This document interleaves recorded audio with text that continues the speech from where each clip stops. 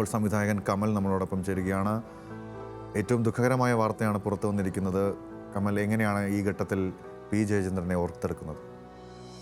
ഇപ്പോഴും വിശ്വസിക്കാൻ പറ്റിയിട്ടില്ല അദ്ദേഹത്തിന്റെ വേർപാടെന്ന് പറഞ്ഞു കഴിഞ്ഞാൽ. എനിക്ക് ഏറ്റവും വലിയൊരു വേദന, കഴിഞ്ഞ ഒരു 4-5 ദിവസങ്ങൾക്ക് മുമ്പ് ഗുരുവായൂർ വെച്ചിട്ട് ഒരു അദ്ദേഹത്തിന് ഒരു അവാർഡ് കൊടുക്കുന്ന ഒരു പരിപാടി ഉണ്ടായിരുന്നു. ഗുരുവായൂർ പൗരാവലി അദ്ദേഹത്തെ ആദരിച്ചിട്ട് ഒരു പുരസ്കാരം കൊടുക്കുന്ന പരിപാടി ഉണ്ടായിരുന്നു. ഞാനായിരുന്നു അത് കൊടുക്കേണ്ടിരുന്നത്. ഞാൻ അവിടെ എത്തി. പക്ഷെ ജയേട്ടന് അവിചാരിതമായിട്ട് വരാൻ പറ്റില്ല. അദ്ദേഹം ഹോസ്പിറ്റലൈസ്ഡായി. അദ്ദേഹത്തിന്റെ മകനാണ് വന്നിട്ട് ആ പുരസ്കാരം ഏറ്റുവാങ്ങിയത്. അന്ന് മകൻ പറഞ്ഞു, അച്ഛന് കുറച്ച് പ്രശ്നങ്ങളുണ്ട് എന്ന് പറഞ്ഞു. പക്ഷെ എന്നാലും ഇത്ര പെട്ടെന്ന് അദ്ദേഹം നമ്മളെ വേർപെട്ടു പോകുമെന്ന് വിചാരിച്ചില്ല. ജയേട്ടനായിട്ട് എനിക്ക് വലിയ ആത്മബന്ധമുള്ള ഒരാളാണ്. ഞങ്ങളൊക്കെ സിനിമയിലേക്ക് വരാൻ നമുക്കൊരു പ്രചോദനമായത് യേശുദാസിന്റെയും ജയചന്ദ്രന്റെയും പാട്ടുകളാണെന്നുള്ളതാണ്. ഞാൻ പലയിടത്തും പറഞ്ഞിട്ടുള്ളതാണ്. കാരണം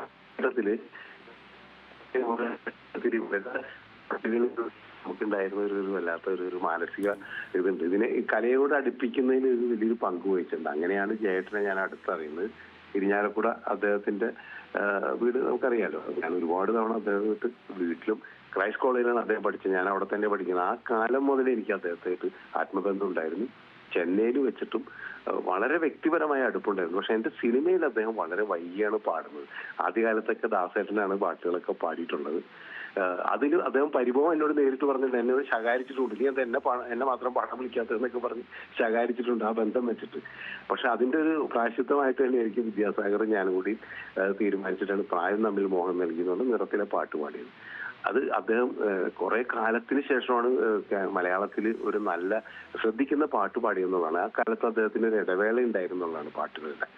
അപ്പൊ ആ പാട്ടിന് ആ വർഷത്തെ മികച്ച ഗായകനുള്ള അവാർഡും കിട്ടി. 22 വർഷങ്ങൾക്ക് ശേഷമാണ് വീണ്ടും മികച്ച ഗായകനുള്ള അവാർഡ് അദ്ദേഹത്തിന് കിട്ടുന്നത്. നമുക്കറിയാം, നീലഗിരിയുടെ സഖികളെ കിട്ടിയിട്ടുണ്ട്. അതിനുശേഷം 78-ല് MTയുടെ ബന്ധനം എന്ന് പറഞ്ഞ സിനിമയിലാണ് അദ്ദേഹത്തിന് മികച്ച ഗായകനുള്ള അവാർഡ് കിട്ടുന്നത്. 22 വർഷങ്ങൾക്ക് ശേഷമാണ് വീണ്ടും അവാർഡ് കിട്ടുന്നത്. പിന്നീട് അദ്ദേഹത്തെ തേടി ഒരുപാട് തവണ പുരസ്കാരങ്ങൾ വന്ന് ശരിക്കും ഒരു രണ്ടാം വരവ് തന്നെയായിരുന്നു ജയേട്ടനെ സംബന്ധിച്ചോളം ആ പാട്ടും അതിനെ തുടർന്നുള്ള ഒരുപാട് പാട്ടുകൾ.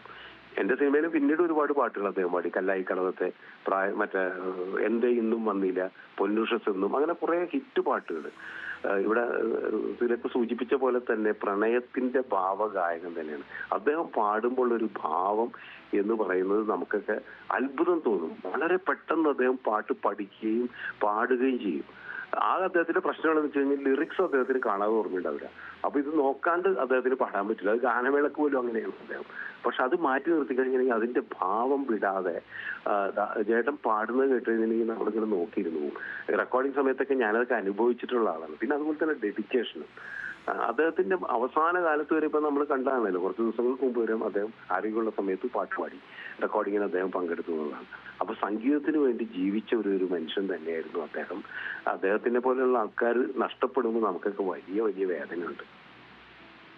ശ്രീ കമൽ, ഒരു കാര്യം കൂടി, അതായത് നമ്മൾ പലപ്പോഴും അഭിമുഖങ്ങളിലൊക്കെ തന്നെ താങ്കൾ തന്നെ സൂചിപ്പിച്ചിട്ടുണ്ട്, ഒരു പാട്ട് അതിൻ്റെ ലിറിക്സ് മാത്രമല്ല, അത് പാടുന്ന ആളുടെ ശബ്ദം, അതോടൊപ്പം തന്നെ ഗായകൻ്റെ ഒരു ഗായകനെ ചൂസ് ചെയ്യുന്നത് ഉൾപ്പെടെയുള്ള വലിയ കടമ്പകൾ ആ പാട്ട് വിജയിക്കുന്നുണ്ടായിട്ടുണ്ട്. ഇപ്പോൾ താങ്കളുടെ തന്നെ സിനിമകൾ നോക്കുകയാണെങ്കിൽ ഇപ്പോൾ എൻ്റെ ഇന്നും വന്നില്ല എന്ന ഗാനം, പ്രായം തമ്മിൽ മോഹം നൽകി, അത്തരം ഗാനങ്ങളൊക്കെ പാടുമ്പോൾ ഈ ഗായകൻ്റെ ശബ്ദം അല്ലെങ്കിൽ ഗായകനെ ചൂസ് ചെയ്യുമ്പോൾ പി ജയചന്ദ്രനിലേക്ക് ഒരു സംവിധായകൻ എത്തുന്നത് എന്തൊക്കെ കാര്യങ്ങൾ അദ്ദേഹത്തിന് ഫേവറബിളായിട്ട് നിൽക്കുന്നുണ്ടായിരുന്നു? അല്ലെങ്കിൽ ഒരു സംവിധായകൻ എന്ന നിലയിൽ എങ്ങനെയാണ് അദ്ദേഹത്തെ കുറച്ചുകൂടി അദ്ദേഹത്തെ ഓർത്തെടുക്കാൻ കഴിയുന്നത്? കാര്യം എന്ന് വെച്ച് കഴിഞ്ഞാൽ പ്രായം തമ്മിൽ മോഹം നൽകുന്നുള്ള പാട്ട് അദ്ദേഹത്തെ നമ്മൾ സെലക്ട് ചെയ്യുമ്പോൾ വിദ്യാസാഗറും പറഞ്ഞൊരു കാര്യമാണ്, അദ്ദേഹത്തിന്റെ ശബ്ദം ഇപ്പോഴും വളരെ ഒരു യുവാവിന്റെ ശബ്ദം പോലെയുണ്ട്. കാരണം ആ സിനിമയിൽ ഒരു കോളേജ് വിദ്യാർത്ഥിക്ക് വേണ്ടിയിട്ടുള്ള പാട്ടാണ്. അപ്പൊ ഇപ്പോഴും യൗവനമായ ശബ്ദത്തിലുണ്ടെന്നുള്ളതാണ്. അവസാന കാലം വരെ ഉണ്ടായിരുന്നു എന്നുള്ളതാണ് ഏറ്റവും വലിയത്. അപ്പൊ അത് തന്നെയാണ് ഒരു പ്രധാന ഘടകം എന്ന് പറയുന്നത്. നമ്മൾ ചൂസ് ചെയ്യുന്നത് അതുകൊണ്ട് തന്നെയാണ്. ചില പാട്ടുകളിൽ ചില ഭാവങ്ങൾ വേണം എന്നുള്ളത് കൊണ്ട് തന്നെയാണ്. ഇപ്പൊ കല്ലായി കടവത്ത് എന്നുള്ള പാട്ട് വേണമെങ്കിൽ ദാസേട്ടന് പാടാം, യാതൊരു സംശയമില്ല. ദാസേട്ടൻ ഏത് പാട്ടും പാടാലോ. പക്ഷെ ജയേട്ടനെ നമ്മൾ പിക്ക് ചെയ്യുന്നത് ജയചന്ദ്രനാണ്. അതിന്റെ മ്യൂസിക് ഡയറക്ടർ ജയചന്ദ്രനാണ്. ജയചന്ദ്രൻ പറഞ്ഞത് തന്നെയാണ്, നമുക്ക് ജയേട്ടന്റെ ശബ്ദമാണ് ഈ പാട്ടിന് വേണ്ടത്. അതുപോലെ തന്നെ ഈ മറ്റേ എന്തെന്നും വന്നില്ല എന്നുള്ള പാട്ട് ഒരു ഗസൽ ചായയുള്ളതാണ്, ഒരു ഹിന്ദുസ്ഥാനി സംഗീതത്തിന്റെ ചായയുള്ളതാണ്. ജയേട്ടൻ അങ്ങനെ ഹിന്ദുസ്ഥാനി സംഗീതം പഠിച്ചിട്ടുള്ള ഒരാളൊന്നുമല്ല. പക്ഷെ ചേട്ടൻ വന്നിരുന്നിട്ട് ആ ഗസൽ രീതിയിൽ പാടുമ്പോൾ അതിന് അദ്ദേഹത്തെ സഹായിച്ചിട്ടുള്ളത്, ഞാൻ ആ പാട്ടിന് വിദ്യാസാഗറിനോട് ഞാനാണ് പറഞ്ഞത് ചേട്ടനെ കൊണ്ട് പാടിക്കാൻ. കാരണം വിദ്യാസാഗർ ഹരിഹരൻ എന്നാണ് പറഞ്ഞിരുന്നത്. ഞാൻ പറഞ്ഞു ഹരിഹരൻ നന്നായിട്ട് പാടില്ലെന്നല്ല, ഹരിഹരന്റെ ശബ്ദത്തോടും ആ ഗസൽ മൂലിനോടും നമുക്ക് യാതൊരു ഇതില്ല. പക്ഷെ ഹരിഹരൻ പലപ്പോഴും ഉച്ചാരണം പ്രശ്നമാണ്. അപ്പൊ എന്റെ ഒന്നും വന്നില്ല എന്നൊക്കെ ഉച്ചാരണം വളരെ പ്രധാനപ്പെട്ടതാണ്. ജയേട്ടന് ഈ മുഹമ്മദ് റാഫിയുടെ പാട്ടുകൾ ജയേട്ടൻ പാടും. നമ്മുടെ സ്വകാര്യ സദസ്സുകളിലൊക്കെ ഇരുന്നിട്ട് ജയേട്ടൻ എപ്പോഴും പാടുന്നത് റഫി സാബിന്റെ പാട്ടുകളാണ്.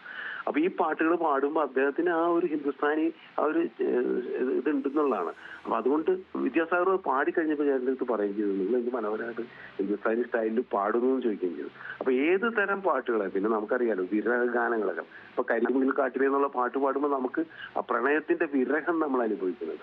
അങ്ങനെ അങ്ങനെ എണ്ണപ്പെട്ട ഒരുപാട് പാട്ടുകൾ നമുക്ക് പറയാനുണ്ട്. വളരെയധികം നന്ദി ശ്രീ കമൽ ഈ ഘട്ടത്തിൽ നമ്മളോട് പ്രതികരിച്ച